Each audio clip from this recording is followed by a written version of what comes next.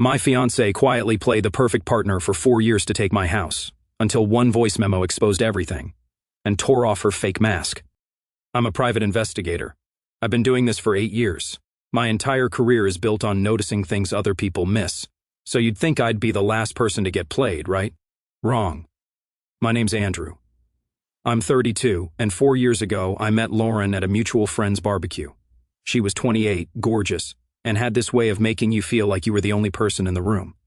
We hit it off immediately and started dating within a week. She moved into my house 2 years later, right around the time my PI firm really started taking off. The house, by the way, is important. It's a 3-bedroom Craftsman in a good neighborhood, fully paid off, inherited from my grandmother who basically raised me. That house is the only thing I have left of her. It's worth about $580,000 in today's market, and it's 100% in my name. That detail becomes very relevant later. Lauren and I had been together for almost 4 years when this all went down. We'd been engaged for 6 months, wedding planned for 4 months out. She'd quit her marketing job about 10 months earlier. She said she wanted to focus on wedding planning and finding herself. I encouraged it, told her to take her time, figure out what she really wanted to do. I was making good money, we were fine. Except she wasn't planning a wedding or finding herself. She was planning a heist. It was a Tuesday night around 9:30. I was in my home office wrapping up some surveillance footage review for a client, a corporate espionage case, boring as hell, but it paid well. Lauren had been on the couch watching some reality show about housewives throwing drinks at each other, standard evening. I heard the shower turn on upstairs. 10 minutes later, I headed to the kitchen for a beer. That's when I saw her phone on the counter, screen lit up with a notification. Now, I'm not the type to snoop on my partner's phone. That's psycho behavior. I've seen enough relationships implode over paranoia to know better. But the notification caught my eye because it was from her voice memo app, addressed to Sarah, 47 seconds long. Sarah is Lauren's older sister. They're close. Talk every day. I've met her maybe 4 times in 5 years because she's always so busy whenever I suggest dinner or drinks. Should have been my first red flag. Look, I know what you're thinking. You're a PI and you didn't notice any of this? Yeah, I didn't. Because that's the thing about being good at your job. You save all your investigative energy for people you're paid to distrust. At home, I wanted to be a normal boyfriend, not a paranoid detective running background checks on my girlfriend's coffee dates. Turns out, that was a mistake. Won't be making it again. My PI instincts kicked in. Not the romantic partner instincts, the professional ones. Something felt off. Why would she be recording a voice memo to her sister instead of just calling? Why 47 seconds exactly? What's too important to forget but needs to be rehearsed? I picked up the phone and hit play. Okay, so this week I'm bringing up the deed thing again. He still hasn't mentioned a prenup. Like, I literally cannot believe this is working. Sarah was right. The longer you wait, the easier they trust you. 4 years of playing supportive girlfriend and he's just going to hand over half of everything. God, I'm so good at this. Once my name's on that house, I'm basically set. After the wedding, I'll have control over everything. He's so busy with his little detective business, he barely pays attention. I stood there in my kitchen holding my fiancée's phone, listening to her plot to rob me like I was some mark in one of my own cases. The shower was still running upstairs. I had maybe 2 minutes. I did what any good investigator would do. I airdropped it to my phone, then deleted the airdrop notification from hers so she'd never know I'd accessed it. Then I set her phone back, exactly where I found it, screen timed out and all. I went back to my office, closed the door, and played that voice memo 3 more times. The funny thing about being a PI is that you develop this almost clinical detachment from bad news. Clients come to me thinking their spouse is cheating, and when I confirm it with photos and timestamps, I don't feel much. It's just data, evidence, facts. But hearing your own fiancée, the woman you've shared a bed with for years, casually strategize how she's going to financially destroy you, that hit different. I'd spent the last 4 years building a life with someone who saw me as a retirement plan, a target, a job. I sat in my office until midnight staring at my case management software. I had 14 active investigations. None of them were as important as the one I was about to open on myself. I created a new case file. Client name Andrew Thompson, subject Lauren Thompson, soon-to-be ex-fiancée, case type fraud investigation, suspected offenses conspiracy to commit fraud, misrepresentation, gold digging with intent to financially destroy. My assistant was going to find this hilarious. I didn't sleep that night. Lauren came to bed around midnight, curled up next to me like nothing was wrong, like she hadn't just been rehearsing how to rob me blind. I pretended to be asleep. She kissed my shoulder and whispered, "Love you, babe." I wanted to laugh or throw up, maybe both. Around 2 in the morning, I moved to the spare bedroom. Told her the next morning I felt like I was coming down with something and didn't want to get her sick. She bought it immediately, brought me orange juice and made sympathetic faces. Oscar-worthy performance, really. I called my attorney, Mark, at 8 a.m., sharp. Mark's been my lawyer for 6 years, handles business contracts, occasional legal consultations for cases, and has bailed me out of a few sticky situations when surveillance went sideways. "Andrew, it's 8 a.m., someone better be dead or you better be in jail." "Neither, but I need you in the office in 1 hour, it's important." "This about a case?"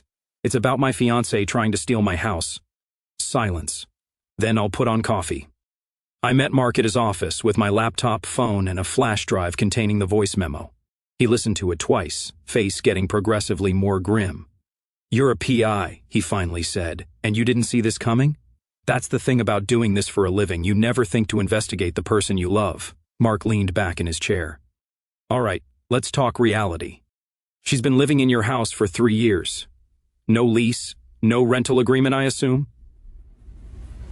"Correct." "Does she pay rent, utilities, contribute to the mortgage?" "There is no mortgage, house is paid off, and no, she hasn't contributed financially since she quit her job, never paid rent, never signed a lease. Legally, she's a guest who's overstayed. In our state, for non-paying occupants with no written agreement, you can revoke permission with notice. Since she's actively committing fraud, we're going with 24 hours and calling it generous." "How generous do I want to be?" Mark grinned. "Given that she's actively plotting to commit fraud, I'd say 24 hours is extremely generous. We spent 3 hours mapping out the plan. Mark made calls to a trusted locksmith, a moving company that specialized in fast turnarounds, and a storage facility with good security. He drafted eviction paperwork, cease and desist letters, and prepared documents to freeze our joint bank accounts. "This is going to get ugly," Mark warned. "She's not going to take this lying down." "Good. I've got cameras going up today. Smart, document everything. And Andrew, don't engage no matter what she says, what she promises, what she threatens. Everything goes through me." "Understood," I said. I left Mark's office feeling like I was suiting up for war. In a way, I guess I was. The next step was reconnaissance. I'm a PI. This is what I do. I went back through our joint bank accounts, credit card statements, phone records, 5 years of data. I was looking for patterns, inconsistencies, evidence. What I found was worse than I expected. Lauren had been having regular coffee meetups with her sister Sarah for the past 2 years, every Tuesday and Thursday like clockwork. The coffee shop was downtown near Sarah's apartment. I pulled the security footage from my car's dash cam and cross-referenced dates. I'd been fed a line about Sarah being too busy to meet me, but she had time for twice-weekly coaching sessions with Lauren. Interesting. I dug deeper into Sarah's background. 2 divorces, both settled in her favor. The first ex-husband, Michael, lost his condo in the split. The second, James, had to liquidate his investment portfolio to pay the settlement. Sarah walked away with close to $400,000 combined between both marriages. She wasn't just Lauren's sister. She was her mentor, her coach, the veteran con artist training the rookie. Then there was Derek. He came up in Lauren's text messages from about 8 months ago. Lots of deleted conversations, but some fragments remained. Derek said to wait until after the wedding. "Derek thinks you're moving too fast." Derek's advice worked last time I ran Derek's name through a few databases I have access to. Derek Mitchell, 34, Lauren's ex-boyfriend from college. They dated for 2 years. He'd owned a small tech startup that went under right around the time they broke up. According to public records, his business assets got seized in a lawsuit. The plaintiff was Lauren herself. She'd sued him for unpaid wages as his business consultant and walked away with $35,000. So Derek wasn't just an ex. He was a previous victim who'd somehow become an accomplice. According to the text fragments, Lauren had convinced him the lawsuit was practice, that she'd learned from scamming him, and now they could work together. Classic abuser move. She'd sold him on being partners instead of marks. The guy was too desperate for her validation to see he was being used twice. I spent the next 40 to 8 hours acting completely normal, while secretly dismantling our entire shared life. I transferred funds from our joint accounts to a new solo account. Nothing illegal. I had just as much right to that money as she did. I disconnected her from my credit cards. I changed passwords on every account I owned, and I waited. Lauren, meanwhile, was completely oblivious. She spent her days on the couch, laptop open, supposedly working on wedding stuff. I glanced at her screen once when she went to the bathroom. She was browsing designer handbags on a luxury resale site. $8,000 for a used Birkin bag. My money, of course, that she'd be spending soon. Thursday night, right on schedule, she brought it up. We were having dinner. Well, I was having dinner. She'd made herself a salad because she was watching her figure for the wedding dress. I was stress-eating pasta like I was training for an Olympic carb-to-loading event. "Babe," she said, twirling her fork through lettuce. "I've been thinking. Here we go. With the wedding coming up, I'd feel more secure if we added my name to the house. You know, for legal protection. What if something happens to you? I'd be homeless." The audacity, the absolute audacity of this woman. I looked at her, really looked at her. She was smiling casually like she'd just suggested we get Thai food instead of Italian. Not like she was trying to steal a house worth over $500,000. "Yeah, maybe," I said, keeping my voice neutral. "I'll think about it." She reached across the table and squeezed my hand. "You're the best. I'm so lucky to have you." I squeezed back, smiled. "Yeah, lucky." That night I slept in the spare room again. Told her I was still feeling under the weather. She didn't question it. Why would she? I was the oblivious boyfriend, remember? Tomorrow was moving day, her Friday morning, D-Day, Operation Get This Leech Out of My House. I left at 7 a.m., told Lauren I had an early surveillance job. She was still half asleep, mumbled something about meeting her maid of honor Vanessa for brunch later. Vanessa was another character I hadn't paid enough attention to, Lauren's best friend since college, loud, opinionated, one of those women who refers to herself as brutally honest, which is code for "I'm rude and make it your problem." I'd met Vanessa exactly twice. Both times she'd looked at me like I was something stuck to her shoe. At Lauren's birthday party last year, she'd loudly announced, "Girl, you could do so much better right in front of me." Lauren had laughed it off, said Vanessa was just protective. Mark was already at my house when I pulled up at 8 a.m. He'd brought the locksmith who was already examining the front door. "How many entry points?" Mark asked. "Front door, back door, garage, side door. She doesn't have keys to my office or the basement. Those have always been keyed separately." "Smart. Let's change everything. I want her completely locked out." The locksmith got to work. By 9 a.m., my house had brand new locks and Lauren's keys were worthless pieces of metal. At 10 a.m., the movers showed up.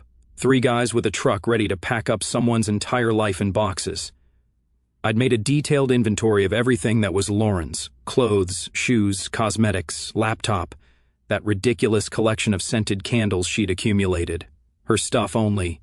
Nothing I'd bought, nothing jointly owned. "You want us to be careful with this?" one of the movers asked, holding up a framed photo of us from our trip to Napa last year. "Nope, that can go in the trash. Only pack things that are legally hers." Mark taped the eviction notice to the front door at 10:30 a.m. Formal, legal, unambiguous. "Lauren Thompson, you are hereby notified that your license to occupy the premises at this address is revoked effective immediately. You have 24 hours to retrieve your belongings from the designated storage unit. Failure to comply will result in legal action." I stood on my own front porch, watching strangers pack up my ex-fiancée's belongings, and felt absolutely nothing. That's the thing about betrayal this calculated. It doesn't make you sad, it makes you cold. By 1 p.m., Lauren's entire existence had been relocated to a storage unit across town. I'd paid for 2 months up front, 1 month more than legally required because I'm not a monster. Her car keys were in a lockbox by the garage, code 4567, everything by the book. Mark looked at his watch. "She's meeting her maid of honor for brunch. What time did she say she'd be home?" She didn't. But her phone location says she's still at that bougie bistro downtown. They were probably 3 mimosas deep talking about how I'm going to finance her dream life. "You check her location? She's on my phone plan. Find My iPhone is a beautiful thing." Mark laughed. "You know what? Sometimes I forget how good you are at your job." I installed 3 new security cameras while we waited. One on the front door, one on the back, one covering the driveway, all linked to my phone, high-def audio and video. If she was going to have a meltdown, I wanted it documented. At 5:51 p.m., my phone lit up, text from Lauren, "Babe, the door won't open. Is the lock jammed?" I screenshotted it, sent it to Mark, then replied, "Check the notice on the door." 3 minutes of silence. I was watching her on the front door camera. She read the notice, read it again, pulled out her phone, started calling me. I declined the call, then 16 more calls, each one declined. It was therapeutic, honestly. Then the show really started. Lauren spent the first 10 minutes crying on my front porch, full body sobs, mascara running, the whole performance. Then she tried her key again and again and again, like maybe the fifth time would magically unlock a door with completely new locks. Then came the anger phase. She started banging on the door, not knocking, banging. Andrew, open this door right now. This is my house too. You can't just lock me out. Actually, I could, and I did. Mark had been very clear about that. She tried calling me another 7 times. I let them all go to voicemail. The messages went from confused to angry to threatening. The last one, you're going to regret this. You think you're so smart? You have no idea who you're messing with. That was the real Lauren. Then she made the call I'd been waiting for. She sat down on the front porch steps, pulled out her phone and dialed, put it on speaker. My doorbell camera caught every word. Sarah. He knows. I don't know how, but he knows. The locks are changed. My stuff's gone. There's an eviction notice on the door. Sarah's voice came through sharp and incredulous. What do you mean he knows? How could he possibly? Lauren, what did you do? Nothing. I didn't do anything. I was careful. Were you? Because last week you were getting sloppy. I told you to wait until after the wedding to push the house thing. I told you he's a PI, and you needed to be smarter about this. I was being smart. I practiced everything. Oh my God. The voice memo. Silence. Lauren, the voice memo I told you to record and then delete. Please tell me you deleted it. More silence. You left it on your phone. He found it. Lauren, you absolute idiot. It was an accident. I forgot to delete evidence of your plan to commit fraud. Are you kidding me right now? Is your name on anything? The house, bank accounts, anything? No, I was going to. Then you're screwed. You have nothing. No legal claim, no leverage, nothing. How much money do you have access to? My checking account has like $400. That's it. After 5 years, you have $400? What have you been doing? You said to wait. You said build trust first. Then, congratulations, little sister. You just blew a $500,000 con over a voice memo. I'd be impressed if I wasn't so disappointed. The call ended. Lauren sat there staring at her phone like it might suddenly offer solutions. It didn't. Then she did something I didn't expect. She started laughing. Not hysterical crying, laughing, actually laughing like she just heard the funniest joke in the world.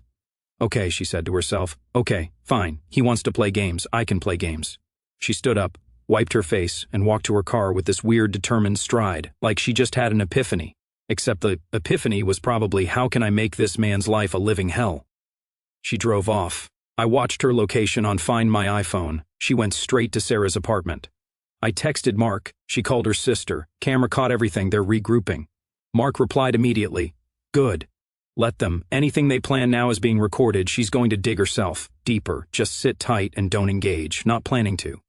But Lauren wasn't done for the day. Oh no. This was just intermission. That night, Vanessa showed up at my door making threats. I told her where the storage unit was, closed the door, and sent the camera footage to Mark. Mark, perfect. She's inserting herself into a legal matter. Keep documentation of everything. This is going exactly how I expected. How's that? They're panicking. Panic people make mistakes. Just wait. He was right. The mistakes were about to get spectacular. Saturday morning, I woke up to 43 text messages, 18 missed calls, and a notification that someone had tried to access my email account 23 times overnight. Subtle. I changed all my passwords again, added 2-factor authentication to everything. At this point, my digital fortress was tighter than Fort Knox. Lauren was staying at Sarah's apartment according to Find My iPhone. That's when I disabled her access to the family plan, let her get her own phone service. The audacity of plotting to rob someone while still on their phone plan, right? Saturday morning, social media became a war zone. Lauren posted, I can't believe I wasted 5 years on someone who could throw me out like trash over a misunderstanding. 212 comments, 93 shares, full victim mode. I let it sit for 4 hours. Then I commented with the voice memo transcript, word for word, timestamps, screenshots. The comment section imploded. Half her friends deleted their supportive comments. Vanessa tried claiming Lauren was joking about a TV show plot. Sarah posted about financial abuse. I screenshotted everything and sent it to Mark. Mark. She's establishing a defense narrative. Won't work, but it's entertaining. Then things got weird. Sunday afternoon, Lauren's mom, Margaret, called. I'd always liked her, the kind of woman who brings you homemade soup when you're sick. Andrew, I heard you made Lauren homeless. Is that true? I sent her the voice memo transcript. When she called back 5 minutes later, she was crying. She told me you forced her to quit her job, that you were controlling. Margaret's voice broke. I should have known. Sarah's been a bad influence since they were teenagers. 2 divorces, and Lauren thought she was a role model. I'm sorry. You deserved better than my daughter. That hurt more than anything Lauren had done. Monday morning, the wedding venue emailed confirming Lauren's request to upgrade the package and move the date. New balance $43,000 due Wednesday. I called immediately. The wedding is canceled, not moved, canceled. Sir, your fiancé has authorized access. Check your email in the next hour. I'm sending an eviction notice, fraud evidence, and a cease and desist from my attorney. You process those charges. I sue for wire fraud. Mark's package arrived 45 minutes later. Their legal team called back in 49. Wedding canceled, deposit refunded, Lauren banned from the premises. She wasn't done. Tuesday night, 11:31 p.m. My phone rang, unknown number. Against my better judgment, I answered. Don't hang up, Lauren said, her voice different, calculated, cold. I'm hanging up. I can make this worth your while. That stopped me. Excuse me? I know about your crypto wallet. The one from those early Bitcoin investments you made in 2013, you mentioned it once. Said it was worth about $180,000 now. Derek's really good with tech, really good, and he owes me a favor. My blood went cold, not from fear, from rage. Lauren, are you threatening to hack my accounts? She laughed, actual laughter. I'm negotiating. Give me $50,000 and I'm gone. No drama, no lawyers, no mess. Think about it. Legal fees for what's coming will cost you way more than that. This is me being generous. Generous? Clock's ticking, Andrew. I'll give you 24 hours to decide, otherwise things get complicated. She hung up. I'd recorded the whole thing. iPhone's voice memo app running in the background. Sent the file to Mark before I even called him. I immediately called Mark, then my bank, then my crypto exchange, changed every password, enabled every security feature, added 2-factor authentication to accounts I didn't even know I had. I called Mark back. She just committed a felony, Mark said, voice almost gleeful. Extortion. Attempted extortion technically since she hasn't followed through yet, but threatening to hack financial accounts. That's federal. You want to file a police report? Already drafting the documentation. Record any other calls. We're building a case that's going to bury her. That night at 2:27 a.m., I got 31 notifications. Someone had tried to log into my crypto exchange. Dozens of failed login attempts. The next morning I filed a police report with the cybercrime division.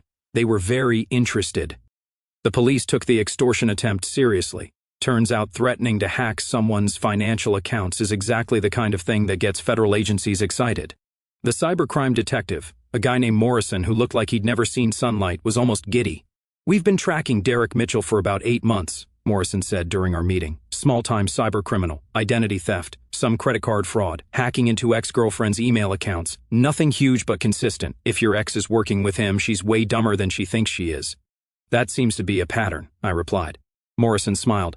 We'll subpoena the phone records, track the login attempts, coordinate with the crypto exchange. This is actually a pretty solid case. Usually these things are hard to prove, but she left a digital trail like breadcrumbs. 2 weeks later, Derek was arrested at a coffee shop in Portland. According to Morrison, he was using someone else's laptop, already a parole violation, and had Lauren's extortion text thread open on his phone. He folded within 6 hours, gave up everything, the texts, the emails, the coaching sessions. Turned out Derek and Lauren had been in contact for over a year. He'd been advising her on the long con strategy, pulling from his own experience getting scammed by her back in college. The prosecutor called me a week after Derek's arrest. Mr. Thompson, we're building a case against Miss Thompson and Mr. Mitchell for conspiracy to commit fraud, attempted extortion, and unauthorized computer access. Derek's cooperating, which is good for us, but we need to know, do you want to press charges? Absolutely. Understood. We're offering Derek a plea deal, his testimony in exchange for a reduced sentence, 5 to 7 years instead of 10 to 15. Without his cooperation, we might not get a conviction on Lauren. Whatever gets her convicted. The case moved faster than I expected. Lauren's lawyer, some overworked public defender who probably drew the short straw, tried to negotiate a deal, claimed Lauren was in an abusive relationship, that she was scared, that she was trying to protect herself financially. Mark laughed when he heard that defense. She recorded herself bragging about the con. She tried to extort you. She conspired with a known cybercriminal. Good luck selling the abuse narrative. Then the pregnancy bomb dropped. Lauren's lawyer filed a motion claiming she couldn't be incarcerated because she was 16 weeks pregnant. Derek's kid, obviously. The timeline matched exactly when she'd started pushing hard about the house deed. She'd been pregnant with another man's baby while planning to trap me in marriage and steal my assets. The layers of deception were almost artistic. The prosecutor wasn't sympathetic. Ms. Thompson, being pregnant doesn't exempt you from consequences. We're willing to offer a plea deal, 2 years probation, restitution, mandatory shutdown of your coaching business, and full cooperation with ongoing investigations. Violate probation, you serve 3 years regardless of pregnancy status. Coaching business? That opened a whole new can of worms. Turns out Lauren had been running an online course for the past 3 years. Securing Your Destiny, A Woman's Guide to Financial Independence Through Strategic Partnerships. $499 per enrollment. Over 200 women had taken the course. It was literally a guide on how to gold dig. The website had testimonials, success stories, women bragging about how they'd convinced boyfriends to buy them cars, add them to leases, pay off their student loans. Lauren had monetized relationship fraud. Within a week of my social media posts going viral, 60% of Lauren's former students contacted Mark's office, all left with damaged relationships and debt from her advice. The civil suit was brutal. Court day arrived. Lauren showed up looking nothing like the woman I'd known. Hair flat, no makeup, wearing some bargain maternity dress. Vanessa was there sitting in the back glaring at everyone like this was somehow our fault. Sarah was notably absent. The judge was a woman in her 60s who looked like she'd seen everything and had no patience for nonsense. Miss Thompson, the judge said, reading through the case files, you ran a business teaching women how to commit fraud? Lauren's lawyer started to respond, but the judge held up a hand. I'm asking Miss Thompson. Lauren looked at the floor. It wasn't fraud, it was financial strategy. You taught women to deceive romantic partners for financial gain. I taught them to protect themselves by lying. Silence. The judge read from Lauren's website materials out loud in court. Quote, the key is establishing yourself as essential before making financial asks. Be the perfect girlfriend, cook, clean, emotional support. Make him dependent on you, then slowly introduce ideas about shared assets, joint accounts, adding your name to deeds. By the time he realizes what happened, you're legally protected. End quote. The courtroom was silent. Miss Thompson, this isn't financial strategy. This is a manual for relationship fraud. How much money did you make from this business? About $73,000 over 3 years. And the gifts Mr. Thompson gave you that you sold? $15,000. So you have $88,000 from fraudulent activities. Ms. Thompson will be ordered to pay restitution. Mr. Thompson is entitled to compensation for emotional distress, legal fees, and damages. I'm awarding him $30,000 from Ms. Thompson's assets.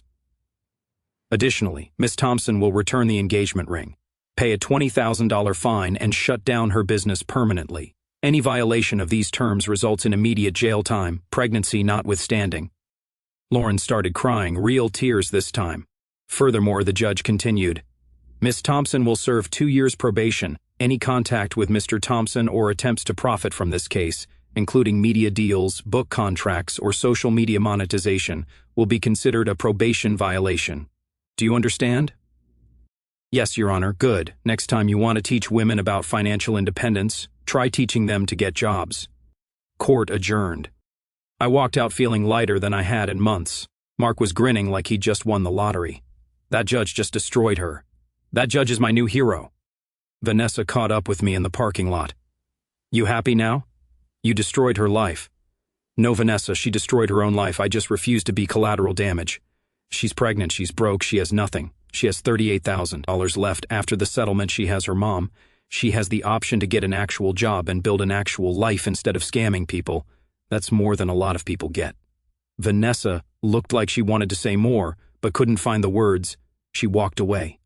I never saw her again. 3 months later, Derek's in federal prison. Sarah moved out of state. Lauren's working retail, living with Margaret. I sold the engagement ring, donated the money to a women's shelter, got a dog, named him Mark. My lawyer found it hilarious. Redecorated the house, new furniture, fresh paint, erased the traces of someone who'd never really been there. Then 4 months after the court case, Lauren called. I almost didn't answer. My first instinct was to let it go to voicemail, document it, send it to Mark. But curiosity got the better of me. Andrew, she said, her voice small, broken. Please don't hang up. You've got 30 seconds. I need help. I laughed. Couldn't help it. You need help? That's rich. Please, I know I don't deserve it. I know I ruined everything, but I'm 8 months pregnant. I got fired from my job for missing shifts. My mom kicked me out and I have nowhere to go. Why would your mom kick you out? She found out about the other stuff, the coaching business, the women I scammed. She said she couldn't have someone like me around. I'm living in Sarah's old apartment, but I can't afford rent. I'm going to be homeless in 2 weeks. The baby's due in 3. And you called me because you're the only person I know who has money and might possibly give a... Right, Andrew? I made mistakes. Mistakes are forgetting to buy milk. You committed fraud, multiple felonies. You're not calling me because you've changed. You're calling because you've run out of options, and you think I'm still the same sucker you were engaged to. I'm desperate. Good, that's called consequences. What about the baby? You're going to let an innocent baby be homeless? The baby isn't my problem, Lauren. It's Derek's, and he's in prison because of choices you both made. You want help? Call social services, apply for welfare, get a job that doesn't involve scamming people. There are programs for pregnant women in your situation. Use them. I'm sorry, I'm really, really sorry. I know I messed up, I was stupid and greedy and I hurt you, but I'm begging you, please, just enough to get through the next few months. I'll pay you back, I swear. Like you paid back Derek or the women from your course, or your previous ex-boyfriend you sued. Lauren, your entire adult life has been scamming people and facing 0 consequences. That ends now. So that's it, you're just going to let me suffer? I'm not letting you do anything. You built this life, you made these choices. I'm just refusing to finance your continued existence as a professional con artist. You're cruel. I laughed again. I'm cruel? I gave you 5 years of my life. I supported you financially. I trusted you. I was planning to marry you and you were planning to steal my house and disappear. But I'm cruel for not bailing you out after you tried to destroy me? Lauren was crying now. Ugly, desperate crying. What am I supposed to do? Figure it out. You're smart enough to run a fraud business. You're smart enough to build an actual life. Get a job. Any job. Apply for assistance. Call Margaret and apologize. Do literally anything except call the person you tried to rob and ask for money. Margaret won't talk to me.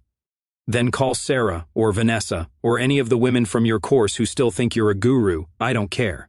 But I'm not your safety net. I'm not your backup plan. I'm not your mark. I'm the guy who got away. Long silence. I really am sorry, she finally said, for whatever that's worth. It's worth nothing. Sorry is something you say when you accidentally bump into someone at the grocery store. You can't sorry away years of calculated fraud. Then what do you want from me? Nothing, Lauren. I don't want anything from you. I just want you to never contact me again. What if No. This is the last conversation we're ever having. You call me again, I'm filing a restraining order. You show up at my house, I'm calling the police. You contact my friends, my family, my clients. You're violating probation and you go to jail. Are we clear? Crystal. Good. Lose this number. I hung up. She texted 3 minutes later. I understand. For what it's worth. The time we had together was real for me. Some of it anyway. I hope you find someone who deserves you. I blocked the number, sent a screenshot to Mark just in case. Mark texted back. That was cold. I'm proud of you. She had it coming. Oh, absolutely, but still ice cold. The thing about revenge is that it's not usually explosive or dramatic. It's not confrontation or violence or grand gestures. Real revenge is just refusing to be someone's solution to the problems they created. Lauren thought she was smart enough to play me. She wasn't. She thought she could manipulate her way into my life and steal everything I'd built. She couldn't. She thought I'd be the same person after she betrayed me, the trusting, generous, oblivious boyfriend who'd finance her disaster of a life. I wasn't. The best revenge wasn't destroying Lauren, she destroyed herself. I just refused to catch her when she fell.